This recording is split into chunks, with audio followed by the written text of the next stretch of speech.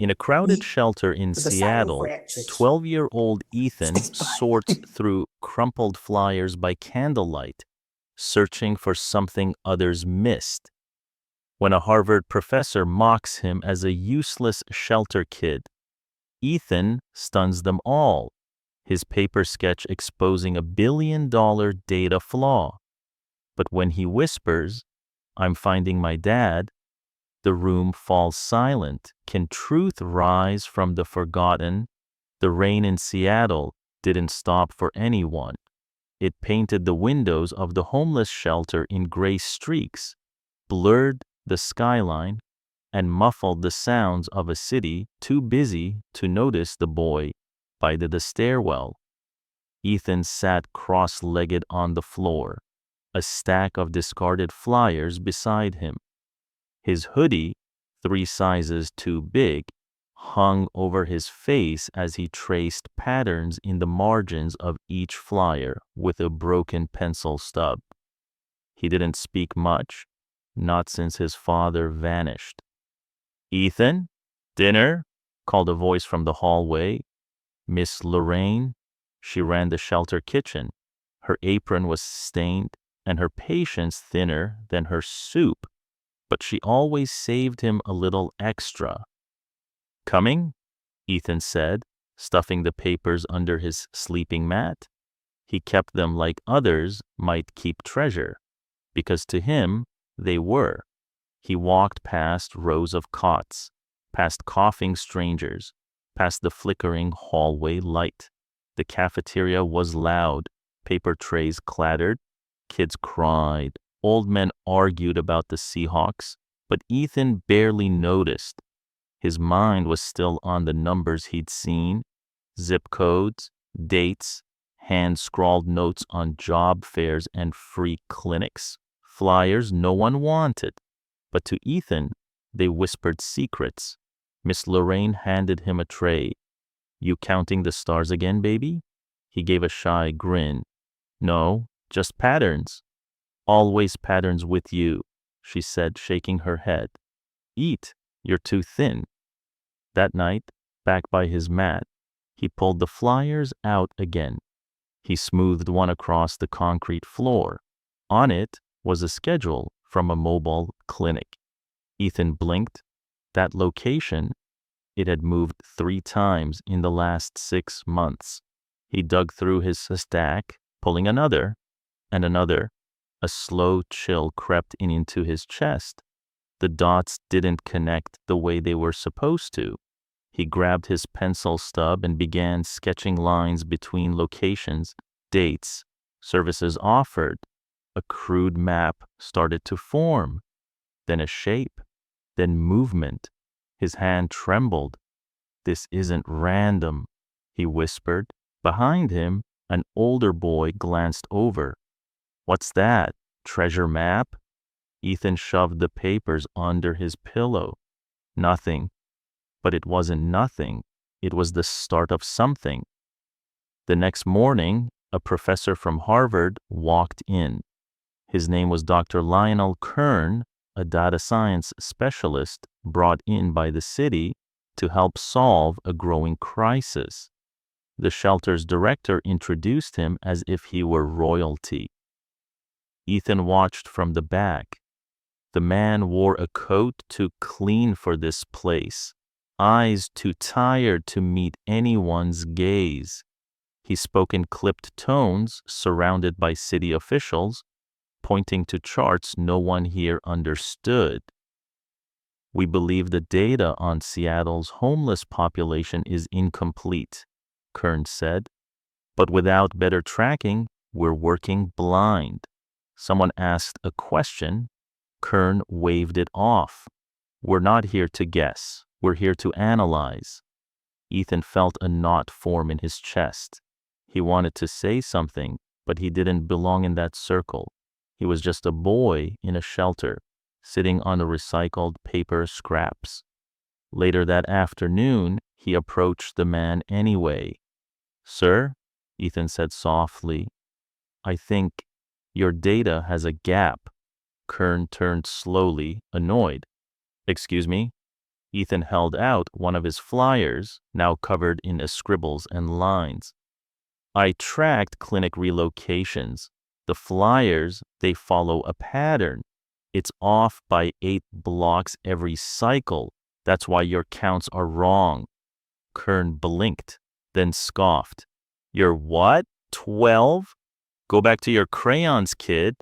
Ethan didn't flinch. It's not crayons, it's data. Kern laughed once, sharp and mean. And you're just a shelter kid. Don't play scientist. He turned to walk away. Ethan stared at the paper in his hands. His fingers tightened around it, smudging the pencil lines.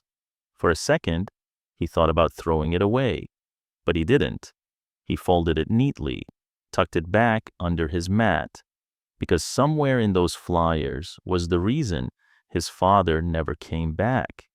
And Ethan wasn't done counting. The rain hadn't stopped, but something inside Ethan had started moving. He didn't sleep that night. The shelter's lights went off at 10, but Ethan stayed awake, scribbling patterns on the backs of old flyers by candlelight. His pencil was nearly gone, worn to a stub. His fingers were black with smudge. His mind wouldn't let go. He remembered what the professor had said. Go back to your crayons. But Ethan wasn't drawing, he was mapping movement, tracking the flow of people who weren't supposed to disappear. The next morning, he followed the sound of footsteps. City officials had set up a temporary office in the basement of the shelter. Folding tables, clipboards, coffee cups, laptops blinking beside stacks of unread forms. Ethan stood by the door, quiet. Inside, Dr. Kern paced. I'm telling you, the numbers don't hold. The count from last quarter is off by thousands, and none of you flagged it. A woman from the city's housing department frowned. We use the standard collection model. Kern snapped. Then the model is broken. You want to fix homelessness with guesswork? Another man spoke up. It's not guesswork. It's been validated. Not anymore, Kern said, pointing at the screen. This cluster here, it shifts like clockwork. But the prediction model doesn't move with it. It's static. Ethan leaned in, heart racing. He recognized that shift. That's what he'd drawn on his flyers. Kern continued. If this displacement pattern holds, we've missed nearly $1.7 billion in misallocated services. It's not just bad math, it's negligence. The room went silent. Someone whispered, but we don't have a better model. Kern scowled. Then find someone who does. Ethan ducked back into the hallway. His breath caught. 1.7 billion. That wasn't just a number. That was food gone cold, shelters that closed, people like his father, forgotten. He ran upstairs, grabbed his stack of papers, and stuffed them into an old paper bag. His fingers trembled.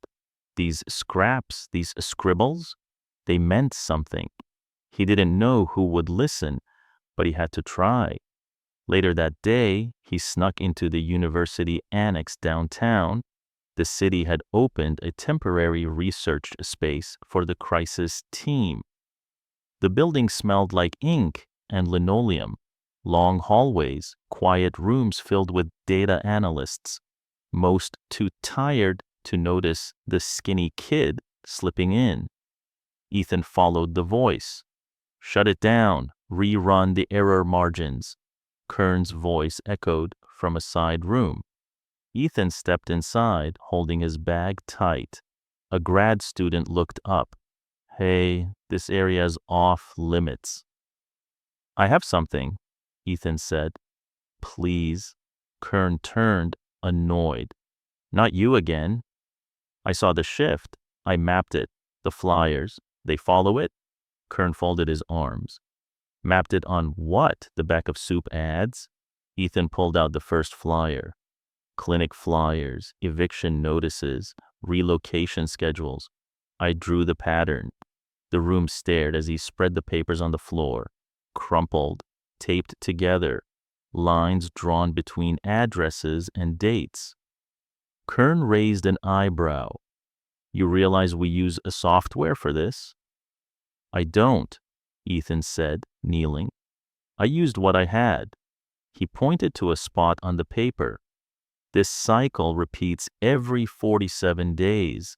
When the count happens, half the population's already been pushed 3 miles west. That's why your model fails. The grad student knelt beside him, studying the lines. This isn't wrong. Kern snatched the top sheet. Where did you get this data? Ethan looked up, steady. From the street, from being invisible. Kern was quiet for a moment, then scoffed. You're a child. This is not real modeling. Ethan stood. It's more real than your guesswork. Kern's jaw clenched. Then prove it. Take our data set, fix the model.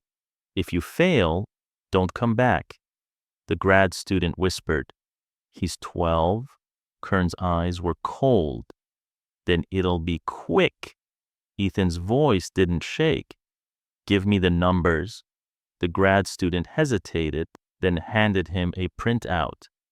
Ethan held the pages like they were fire. His pencil stub broke as he started to work. But he didn't stop.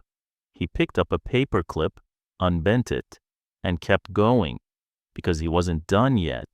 The shelter's hallway hummed with night. A single bulb flickered above Ethan's mat. Around him, the city slept, but his mind wouldn't. Not after what Kern said, fix the model, or don't come back. Ethan laid out the printouts from the grad student, spreading them next to his torn flyers.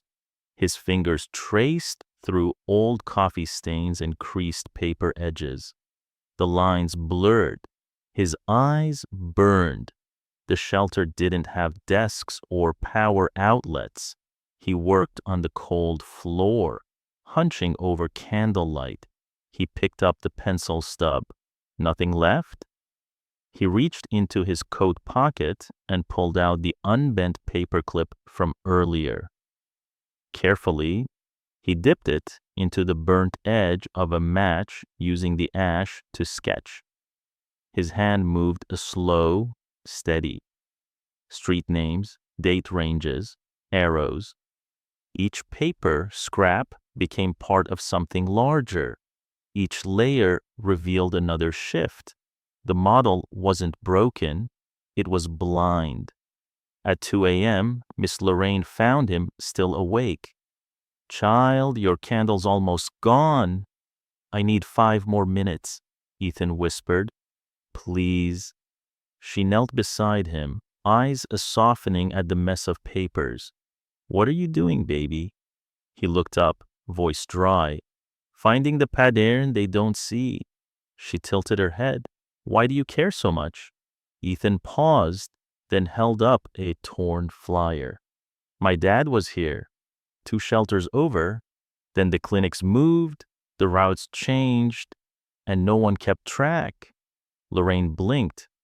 I couldn't find him again, but maybe this tells me where he went. She said nothing, just stood, walked away, then returned with a warm piece of cornbread, wrapped in foil. You stay awake, you eat. That's the rule. He smiled, then went back to work. By sunrise, the floor was a patchwork of flyers and data sheets, taped, folded, stitched together like a quilt. In the center, a circular map built entirely by hand. Red arrows, blue time stamps, circles drawn in ash. It looked nothing like a professional chart, but it moved, and that movement was the breakthrough. Ethan blinked, dazed. It's not just where they are, it's when. The city's model had treated data points as static. But homelessness wasn't static. It pulsed, shifted, like tides. That was the mistake. And maybe, just maybe, the solution. He stuffed the entire patchwork into his paper bag, pressed the edges flat, and ran. The university annex doors opened at 9. By 9:01, Ethan was standing in front of Dr. Kern again. The professor didn't look up from his laptop. "I thought I told you. I fixed it." Kern sighed. "Kid, this isn't playtime. I've got researchers running simulations. I saw the flaw. It's temporal. Your model assumes location is the key, but it's not. It's time-based, movement over cycles." Kern's fingers froze. Ethan pulled the makeshift map from his bag, unfolded it on the nearest table. Flyers covered the wood, scrawled ink, charcoal lines, timestamps in red. Kern frowned. "What is this supposed to be?" "A wave," Ethan said, "of displacement. I tracked movement through 32 flyers over 90 days. When services shift west, people get pushed east, then north, then they vanish." Kern stared at it. Ethan pointed again. "You're counting ghosts, Dr. Kern, but I found the real trail." The room fell quiet. Then a young researcher stepped forward, eyes scanning the map. "Wait, this lines up with the outliers we couldn't explain." Another one joined. "The ones we marked as data anomalies." Ethan nodded. "They're not anomalies, they're survivors." Kern stepped closer. He picked up a flyer near the center, creased, ash-streaked, scrawled over in tiny numbers. "You did all this? With paper?" Ethan looked him in the eye. "It's what I had." Kern didn't speak for a long time. Then slowly he said, "That's not how we do it, but it works." Ethan's jaw tightened. "Because I see it differently." And that difference, paper scraps, broken pencils, burned matches, was finally impossible to ignore. The room was packed, 100 seats, shoulder to shoulder. Graduate students with laptops open, city officials in pressed suits. Cameras rolling from the back, and at the center of the long table, Ethan's taped together patchwork of flyers. He stood off to the side, clutching his paper bag, heart pounding in his chest like it was trying to leave him behind. Dr. Kern was at the front going over the briefing. "This presentation," Kern said, "will demonstrate a temporal error in the displacement tracking model, something we failed to detect." A voice from the third row cut through. "And the expert is a child?" The laughter wasn't loud, but it was sharp, cold. Kern didn't answer. He just turned toward Ethan and stepped aside. "Ethan, show them." Ethan took a breath. His fingers trembled as he placed the circular map on the projector stand. The light flickered behind it, casting his charcoal lines and hand-scribbled timestamps onto the wall. He cleared his throat. "This is a movement cycle, built from public flyers, clinics, shelters, soup kitchens. I tracked when and where they moved over 3 months." A student whispered, "Is that duct tape?" Ethan ignored it. He pointed to the red arrows. "People don't vanish. They shift. West, north, then disappear from count zones. That's why your models show sudden drops. Not because they're gone, but because you're looking in the wrong place." Another voice, older, skeptical. "Where'd you learn to model data, kid? You take online courses in your cardboard box?" Laughter again. Ethan froze. His ears burned. His eyes flicked to Dr. Kern, but Kern said nothing, just stared at the projection, arms folded. Ethan looked back at the crowd. "They laughed," he said softly, "at my flyers. my map, my ash drawings, but not one of you caught this. Not one. The room went still. I'm not a student. I don't have software or funding. I have a broken pencil and the memory of my dad who vanished because your system couldn't find him. A silence settled like dust. Then came the smirk. A tall man with a Harvard pin leaned forward. So this emotional appeal, that's your big data revelation. Ethan's voice rose, steady. It's not emotion, it's precision. I ran this cycle 3 times using your field data. My model predicted location shifts within 92% accuracy. Yours? 61. Gasps, murmurs, a few heads turned. Dr. Kern stepped forward, finally. Enough, he said. The room quieted. You want to mock the child, Kern said, his voice like cut glass. But none of you fixed the problem. He did. And I suggest, before you speak again, you ask yourselves why it took a kid with duct tape and ash to see what our 6-figure software missed. The man with the Harvard pin sat back, silent. But Ethan didn't relax.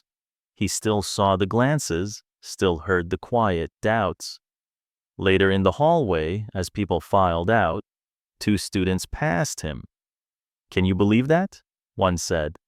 A shelter kid thinking he's a data expert. Ethan kept walking, but someone caught up to him. It was the grad student, the one who had first handed him the data sheet. She held out a notebook. Here. Ethan blinked. What's this? My old lab journal. You need more space than paper scraps. He hesitated, then took it. Inside, the first page was blank, but the second held a note. Don't stop. They laughed at Galileo, too. Ethan smiled, eyes stinging. Back at the shelter under the same flickering bulb, he opened the notebook. He turned past the clean pages, pulled out a flyer from his bag and taped it inside. Then, with his broken pencil sharpened against a brick edge, he started drawing again. Because no matter how loud they laughed, he wasn't finished. The room was smaller this time, just 12 chairs, no cameras, no murmurs, no laughter. But somehow, it felt heavier. Ethan sat at the far end of the conference table. His worn notebook sat in front of him, its pages half filled with ash markings, tape seams, and tiny loops of scrawled numbers. His fingers pressed into its cover like it was the only thing tethering him to the floor. Dr. Kern stood by the whiteboard, arms crossed. Beside him, Dean Whitmore of the Urban Systems Department, gray suit, sharp jaw, eyes like razors. Whitmore gestured at Ethan. So this is the kid who made your department look incompetent? Kern didn't flinch. This is the kid who found what none of us did. Whitmore stepped closer, and he did it with flyers. Ethan opened the notebook. Flyers, match ash, and time. Whitmore gave a dry laugh. You're serious? I am, Ethan said, because this isn't about tools. It's about how you see people. Whitmore's smile disappeared. He turned to Kern. We have a meeting with the city in 48 hours. If we don't present a solution to the displacement model, they're pulling the grant. Kern looked at Ethan. Then let him solve it. Whitmore's brow lifted. Are you kidding? I'm not, Kern replied. He's already halfway there. Whitmore turned hard. Fine, then here's the deal. He leaned over the table, staring at Ethan like he was daring him to blink. 48 hours, you rebuild the citywide displacement prediction model, full cycle accuracy, regional granularity, no missed zones. Do it or leave. Ethan's chest tightened. 48? You say you're ready, Whitmore said, standing straight. Now prove it. Ethan's fingers dug into the edge of his notebook. I'll show you, he said softly. No patchwork flyers this time, Whitmore added. We want numbers, clean visuals, presentation format. Kern cut in. He'll deliver it. The dean left without another word. The door clicked shut.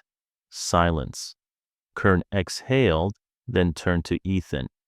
You don't have to do this alone. I'll get you access to the university's lab terminals and a student aide. Ethan shook his head. No.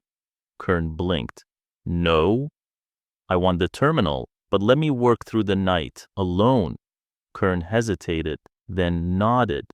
That evening, Ethan walked into the data lab. Rows of glowing screens, humming vents, white walls like a spaceship. The air felt too clean, too cold. He unzipped his jacket, placed the notebook beside the keyboard, and opened a fresh file. The clock on the wall read 7:06 p.m. He had 40 hours. He took a breath and started. Flyer locations were keyed manually, timestamps overlaid. He layered variables like puzzle pieces, shelter relocations, clinic schedules, arrest reports, weather patterns. The city moved like a living thing, and he was chasing its heartbeat.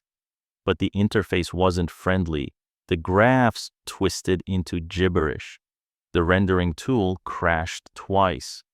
At 2 a.m., the system locked him out for inactivity. He banged the desk. Come on. His eyes stung. His pencil snapped.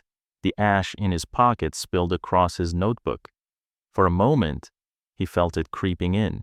That voice from the lecture hall. A shelter kid thinking he's a data expert. He closed his eyes. Then slowly, carefully, he opened the notebook again.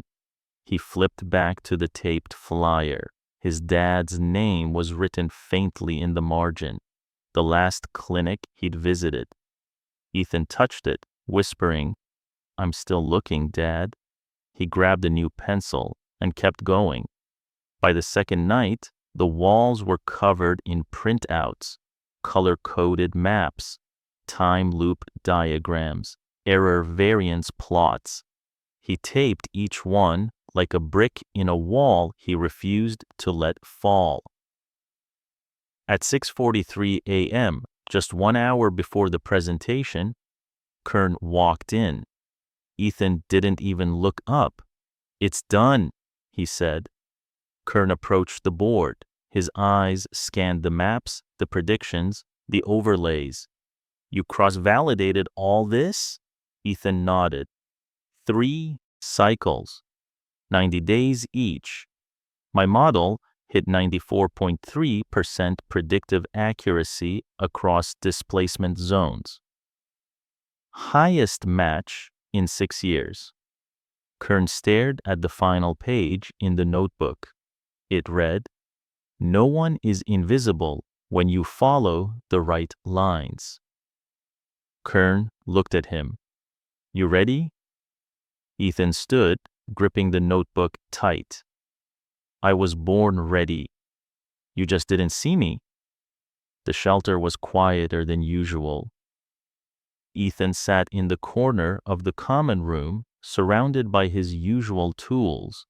Flyers, a cracked laptop the grad student had loaned him, and his notebook, now worn at the spine. The pencil he had sharpened with a brick edge was down to half an inch. Miss Lorraine walked by with a tray of peanut butter sandwiches. You ain't slept in 2 days, baby. I will, Ethan murmured, after this part works. She paused, set the tray down beside him. You're doing this for more than a grade, huh? Ethan nodded slowly. For him. She didn't have to ask who. That night, Ethan turned the shelter's utility closet into his workspace. He cleared mops and brooms, taped maps and models, to the wall and balanced the flickering desk lamp on a box of donated soup cans. The light buzzed, casting yellow streaks across every hand-drawn timeline and scatter plot. The floor became a trail of paper: clinic closures, shelter rotations, police sweep notices. He layered them like bricks in a wall, building what others had ignored. His fingers trembled from too much caffeine and too little food. Still, he whispered, "I won't give up." He leaned over the keyboard and entered the last set of variables, something he hadn't noticed before: rainfall data, storm patterns, flood zones. What if weather was the trigger? He pulled out an old flyer. Mobile shelter closed due to rain. He flipped another. Clinic delay, high winds. His heart kicked. Ethan typed faster. He reran the algorithm, layering weather events over clinic and shelter shifts. The error margin shrank. His eyes widened. Oh my God. He reran the predictive engine. The line stabilized. Locations aligned like constellations. He checked the variance. The number blinked. 96.1% accuracy. He stared at it, breathless. Then, all at once, the laptop crashed. The screen went black. No, no, no. He hit the power key. Nothing. He shook it. Still nothing. A jolt of panic rushed up his spine. He grabbed the notebook, turned to a clean page, and began redrawing the last model from memory. He sketched the spiral of locations, overlaid the storm markers in blue ink, labeled time gaps in red. His hand cramped, his eyes blurred. Still, he drew. The next morning, Kern found him asleep on the closet floor, arms wrapped around the notebook like it was a blanket. "Ethan," Kern said softly, "time's up." Ethan stirred. His voice cracked. "Laptop died, but I redrew everything." Kern opened the notebook. His eyes scanned the weather overlays, the statistical notations scribbled in the margins, the tiny storm symbols, the rainfall equations tracked through movement cycles. Kern looked up. "You added a meteorological variable?" Ethan nodded, rubbing his eyes. "The displacements, they spike after storms. They're not just moving randomly. They're fleeing from water, from cold." Kern was quiet. Then he closed the notebook and said, "Come with me." At the university annex, the team had gathered: students, analysts, department heads. Everyone expected a crash and burn. Instead, Kern walked in holding Ethan's notebook. He didn't speak for the first few seconds. Then, calmly, he placed the book under the projector. "This," Kern said, "was built in a shelter closet on recycled paper, in pencil and ash, with one working lamp and a pencil too short to hold." He flipped to the weather overlay. "It is also the most accurate predictive model we've seen in over a decade." Gasps, then silence. Kern turned to the room. "I suggest you stop asking how he did it and start asking why we didn't." Ethan stood behind him, quiet. Not because he had nothing to say, but because finally, someone else was speaking for him. The lecture hall was standing room only. Students lined the walls. Faculty filled every row. Even the janitor stood quietly in the back, mop still dripping. A buzz of curiosity moved through the space, like a static before a storm. At the front of the room, a projector screen flickered. Dr. Kern stepped up to the podium. His face was unreadable. "This presentation," he began, comes from someone with no degree, no formal training, and no access. Only a notebook, a broken pencil, and a reason to care. He turned. Ethan stepped forward. He wore the same hoodie, but now it looked different, like armor. In his hands, the worn notebook. A few pages were loose from overuse, the binding softened by time. He opened it on the podium. The room stilled. "My name is Ethan," he said, voice clear. "I live in the shelter off 12th and Pine. I started tracking flyer data because no one else did. And I didn't want anyone else to disappear like my father." A few students leaned in. Ethan tapped the screen where his storm-based cycle model appeared. Red arrows swept across the map like clock hands. Rainfall patterns, service closures, shifting clusters of people. "Everyone thought the data was wrong," Ethan continued, "but the problem wasn't the data. It was what you didn't include. Weather, sweep schedules, fear." He clicked again. A chart appeared. 2 models, one red, one blue. "This is your model," he said, pointing to the red. "And this is mine, based on 90 days of tracked displacement." The blue model followed the real patterns. The red veered away. He turned back to the crowd. "Your model assumed people were predictable. Mine started by assuming they were scared. No one moved, not even the doubters, not even Whitmore, seated in the second row. A man near the back stood. "Who validated your results?" Kern rose. "I did. Twice." Gasps, then another hand, a woman in glasses. "What tools did you use?" Ethan smiled faintly. "Match ash, charcoal, a pencil I sharpened on concrete." A few chuckles, but not mocking ones. The kind that came from disbelief wrapped in awe. Kern took the podium again. "This isn't about technique, it's about attention." He saw what we didn't because he had to. He gestured to the notebook. "This," he said, "was our blind spot." From the back of the room, someone clapped. One pair of hands, then another. Then the room erupted. For 10 full seconds, Ethan stood frozen as the applause echoed around him. He had no speech prepared for this part, no idea what to say, when the world suddenly listened. But then someone shouted, "Did you really do this all on your own?" Ethan looked down at the notebook. "No," he said softly. "My dad helped. He didn't mean to, but he did." And just like that, the air shifted. Later, as the room emptied, students came up one by one, asking questions, offering email addresses, even offering lab access. Ethan sat near the stage, notebook in his lap. Overwhelmed? Kern sat beside him. "I never saw that coming," he said. Ethan blinked at him. "Me either." Kern smiled. "But you earned it." Then came the voice Ethan didn't expect. "Hey." He looked up. "Whitmore." The dean paused. "You embarrassed a lot of very smart people today." "I didn't mean to," Ethan replied. "I know," Whitmore said. "That's what makes it worse." He took a breath. "But you were right. I don't say that often.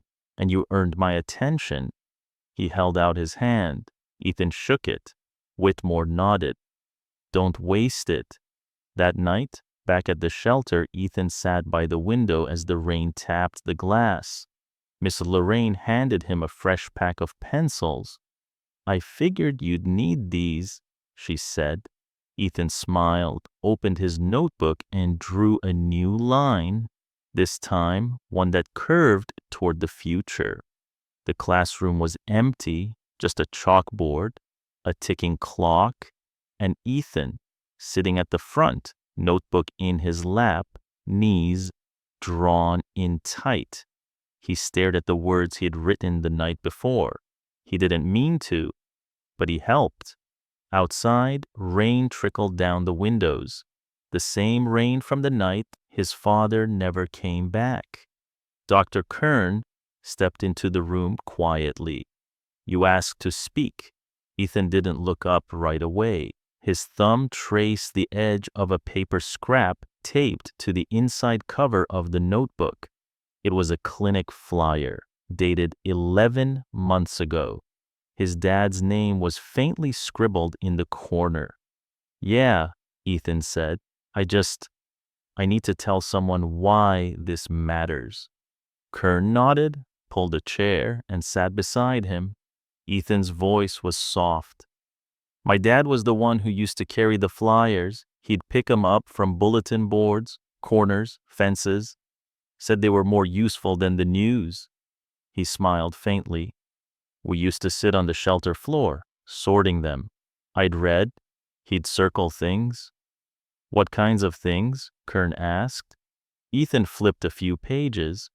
"Anything that moved, clinic changes, job fairs, missing persons." He always circled in blue.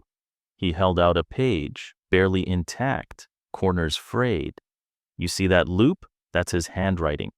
Kern leaned forward, studying the blue circle. It wrapped around a relocation notice for a mobile shelter. Ethan stared at it for a moment. That was the last one he circled. Kern looked at him gently. "What happened after?" Ethan shrugged. "He said he was going to check on a lead. Someone told him my uncle might have been moved to a long-term housing program. Dad left that night." A pause. "He never came back." The room went quiet. Kern said nothing, just waited. Ethan's fingers tightened on the notebook. "We filed a report, but there were no records. The shelter had already moved. Clinic too. By the time I retraced it, they said the name wasn't in the system." He swallowed. "That's why I started tracking the flyers. At first, I just wanted to find him, but the more I looked, the more I saw. No one was watching the right things." Kern's voice was low. "And now everyone's watching you." Ethan gave a shaky laugh. "Yeah, kind of weird, right?" Then he turned serious again. "But this isn't about me being right. It's about who gets left behind when the math's off." He opened the notebook to a new page. At the top, he wrote a name. Carlos James Walker. "My dad," Ethan said. "He deserved to be seen." He looked at Kern. "I think if I can finish this model, get it into the city system, I might be able to find out where he ended up." Kern blinked. "You still think he's alive?" "I don't know," Ethan said quietly, "but I know he moved with the pattern, so if the pattern's accurate, he'll show up." Kern stood. He walked to the chalkboard and picked up a piece of white chalk. In slow strokes, he wrote one word across the top. "Carlos." Then he nodded. "You find him," Kern said, "and while you're at it, find the others." That night, back at the shelter, Ethan sat with Miss Lorraine on the stairwell. The notebook rested between them. She looked at the taped flyer with the blue circle and whispered, "He'd be proud of you, baby." Ethan stared at the line. "I'm doing this for him." Then he smiled, and for the first time in months, it didn't hurt to say his name. The email hit just after breakfast. Subject: urgent. Academic concerns regarding Ethan Walker's model validity. Ethan read it twice. Then again, he stood in the hallway outside the university annex, his notebook pressed against his chest, the words from the email echoing in his mind.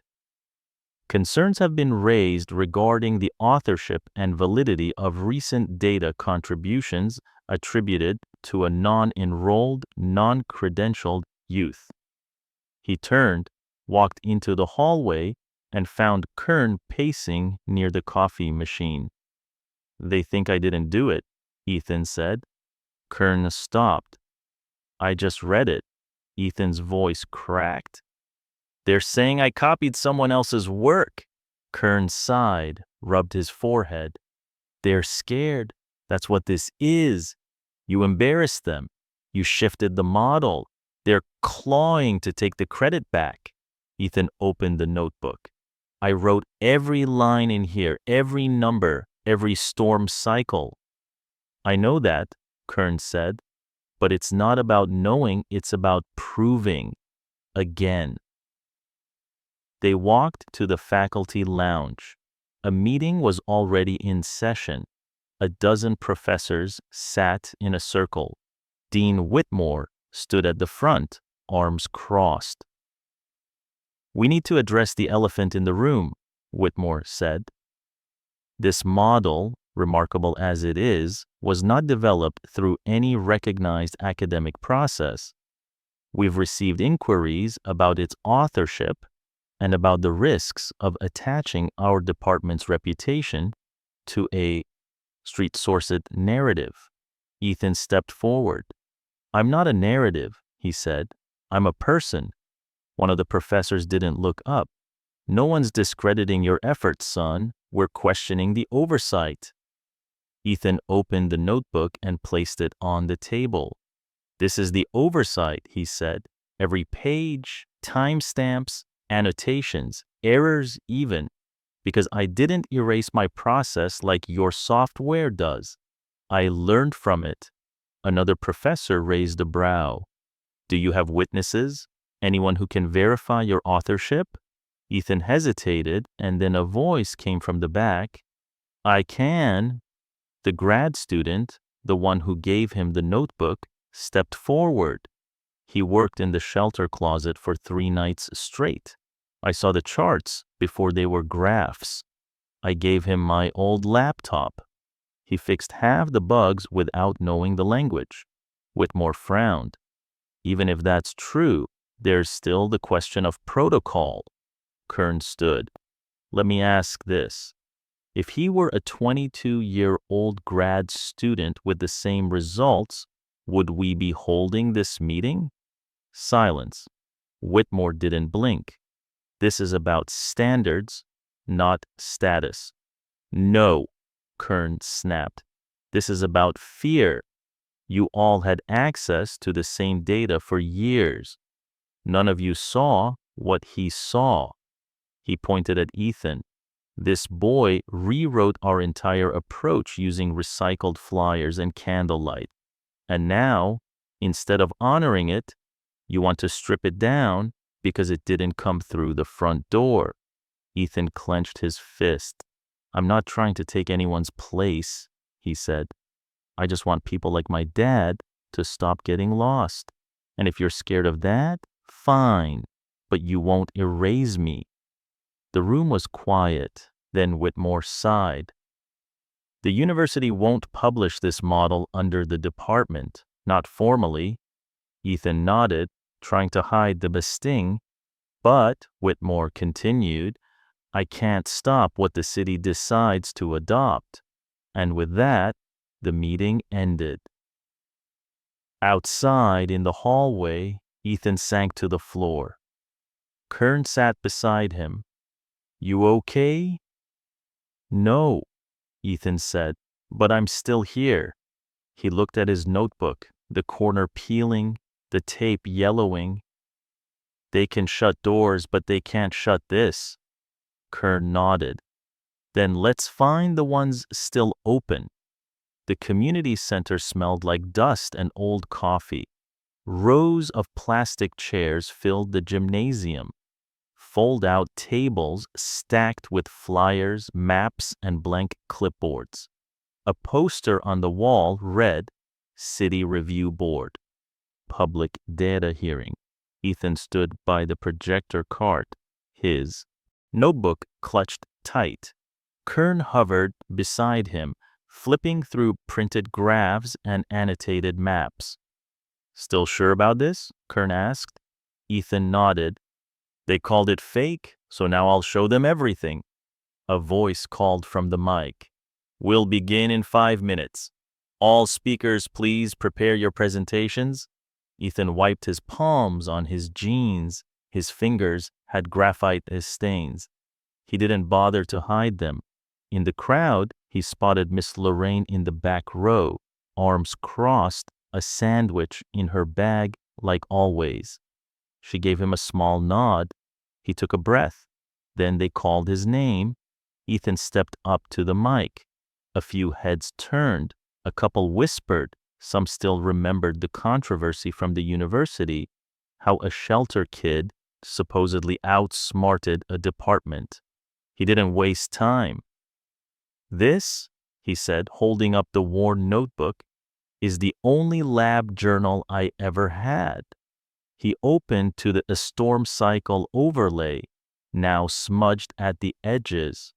I tracked 90 days of movement from shelter flyers, weather notices, and clinic closures. I overlaid storm data, police sweep timing, and mobile unit routes. It's all here. He flipped again. This is the model I built without funding, without software, without a login to the university database. He clicked the projector. The screen lit up with a map, red dots, blue arrows, faded timestamps. This is what I predicted. Then he clicked again. A second map appeared, this time showing real-time tracking data the city released just that morning. The match was undeniable. Gasps rippled through the room. From the crowd, a man stood, mid-40s, city planning badge. That match rate, 96%? Ethan nodded, 96.3. Another click, a side-by-side overlay. The crowd leaned in. Ethan spoke calmly. Your previous model failed because it treated people like points. I treated them like people, with fear, with weather, with memories of where not to go. A woman at the edge of the panel whispered, "It's beautiful?" Then another voice, sharp, familiar. Dean Whitmore had entered quietly, standing against the far wall. This proves nothing, he said.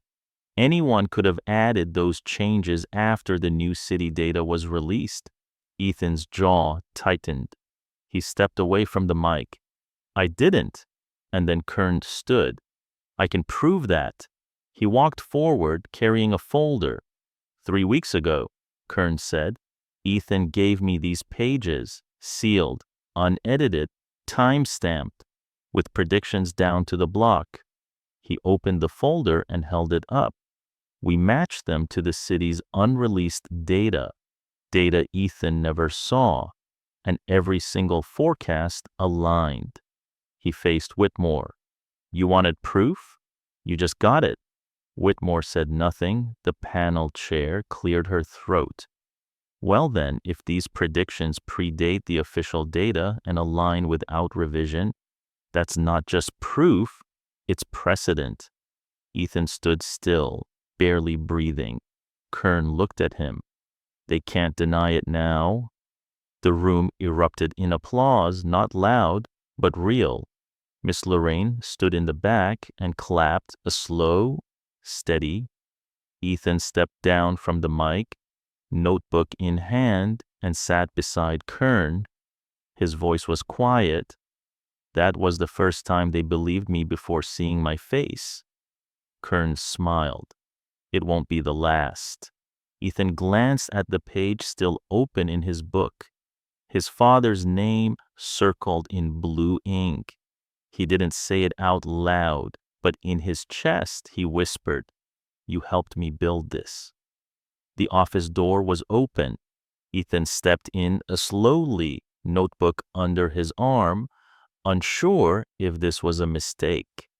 The sun poured through the tall windows, lighting up a wall of plaques and thick academic books. Across the room, behind a heavy oak desk, sat Dean Whitmore. He didn't look up right away. Ethan stood there, motionless, ready to be dismissed again. Then Whitmore spoke. Sit. Ethan lowered himself into the chair opposite, fingers tight around the edge of his notebook.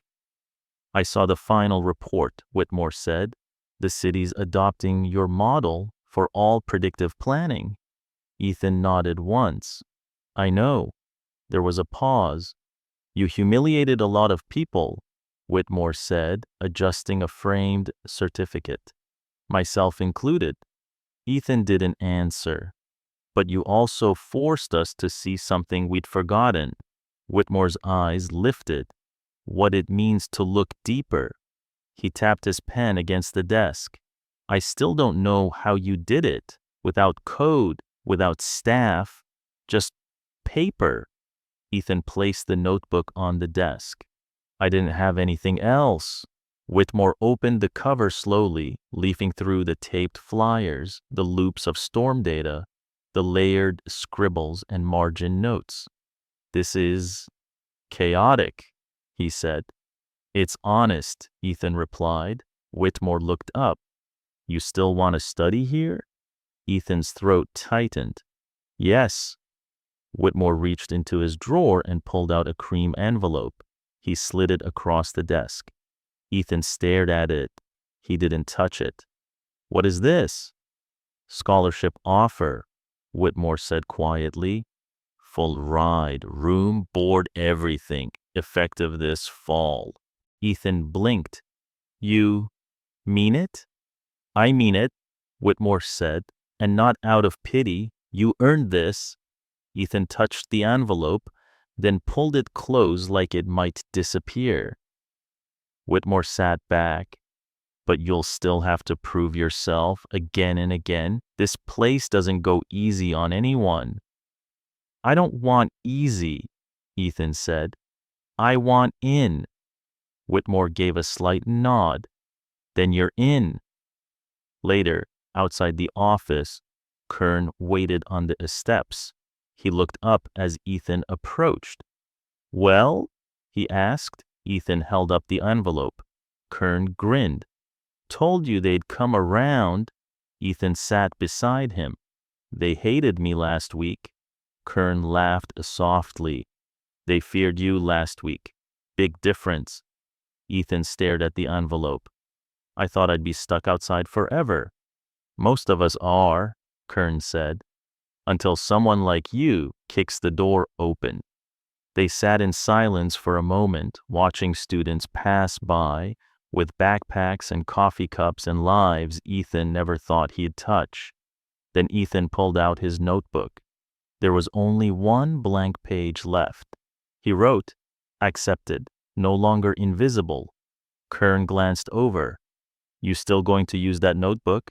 Ethan smiled. I think I have to. It got me here. Kern nodded. Then keep it close. But don't forget, now that you're on the inside, help open the next door. That night, Ethan returned to the shelter. Miss Lorraine was waiting at the door with a Tupperware container and a grin. Well, he held up the envelope. They offered me a scholarship. She let out a breath. Praise God. He opened the container and took a bite of the peanut butter sandwich inside. Still warm, he said. I made it special, she replied. He pulled the notebook from his hoodie pocket. Miss Lorraine smiled at the taped edges, the ash marks, the bent corners. You take that with you, she said. Let them see what got you here. Ethan nodded. I will. Then he flipped to the back cover, grabbed a pen, and scribbled one more line. We start with what we have. We end with who we are. The auditorium lights were soft, golden. Rows of chairs filled with faculty, students, and city officials faced the stage. At the center stood a podium with a single plaque. Annual Civic Innovation Award, Harvard Institute of Urban Systems. Ethan sat in the front row, shoulders tight, notebook in hand.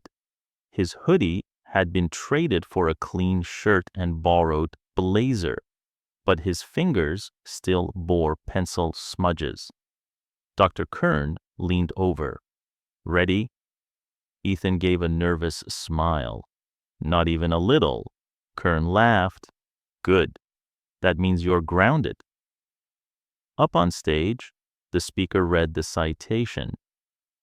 For the first time in this university's history, we honor a student whose application did not come through grades, but through grit, whose model is now guiding how the city of Seattle responds to homelessness and disaster displacement.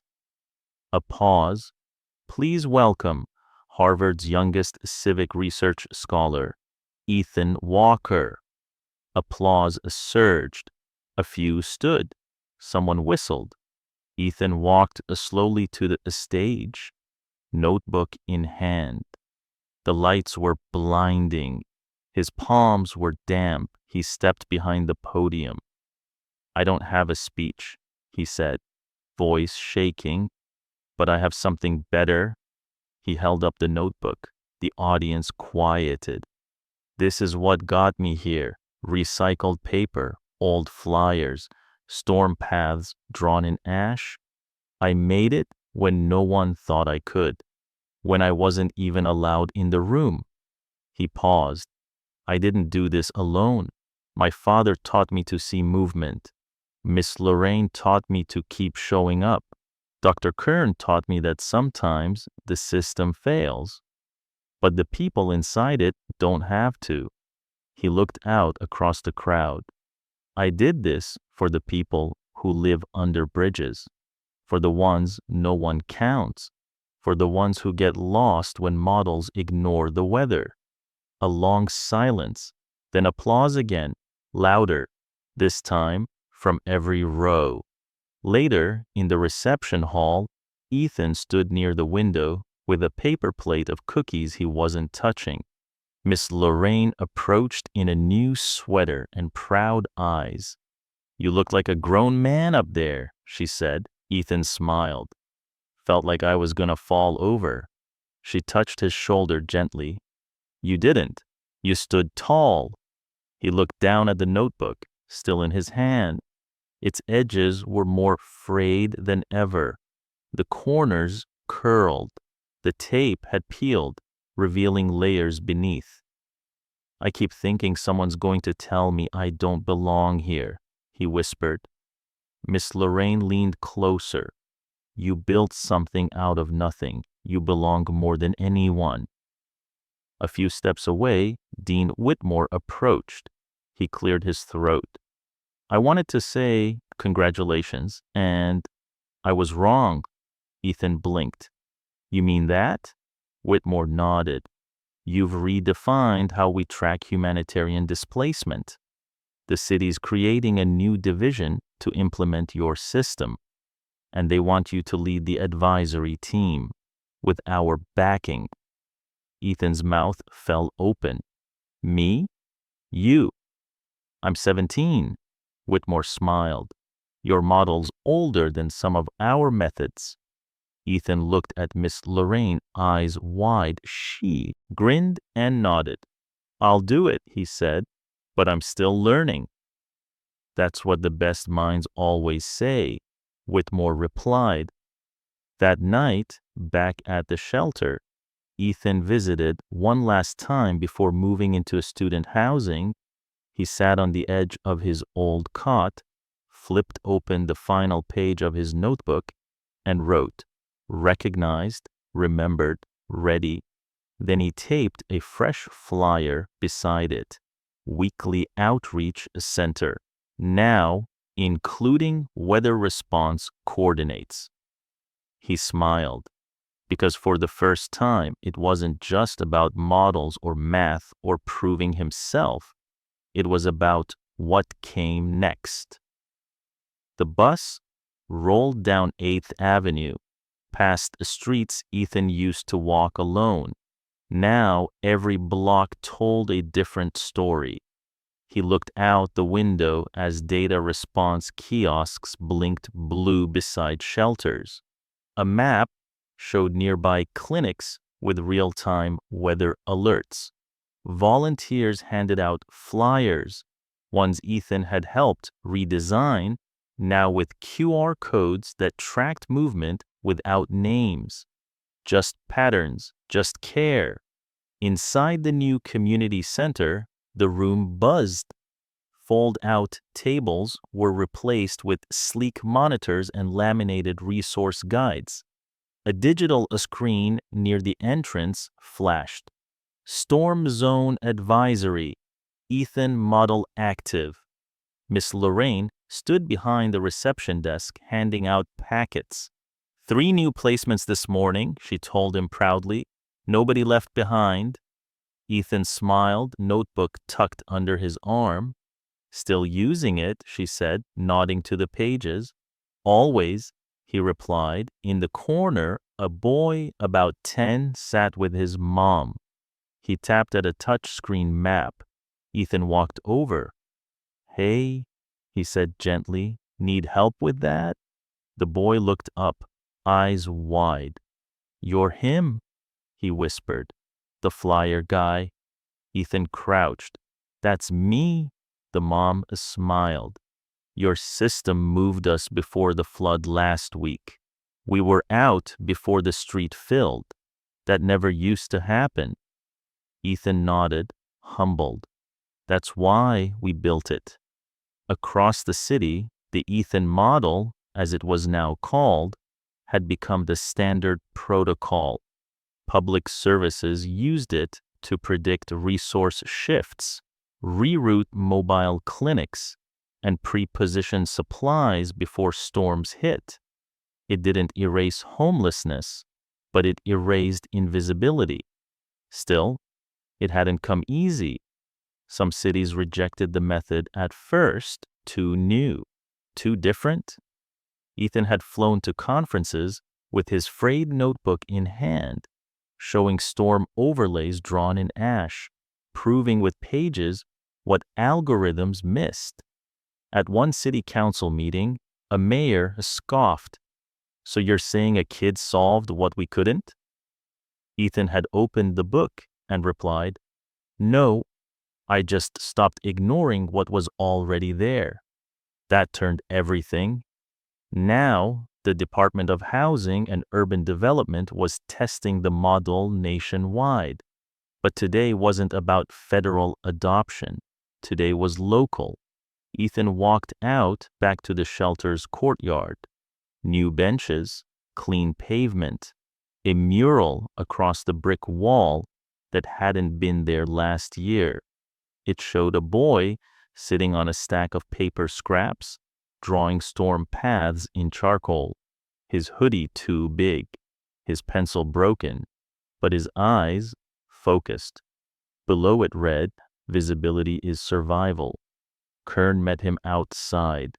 Dedications in 10 minutes, he said. Ready? Ethan nodded. I still can't believe it. They're naming the new data lab after you, Kern said. Believe it.